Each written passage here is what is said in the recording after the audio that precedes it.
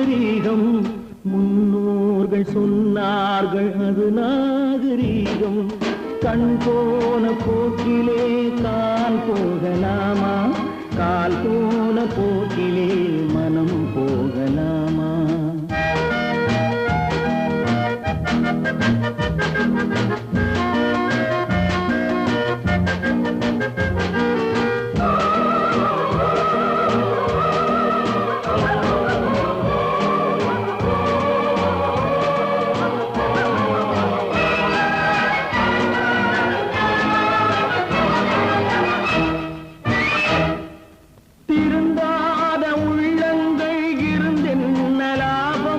வருந்தாத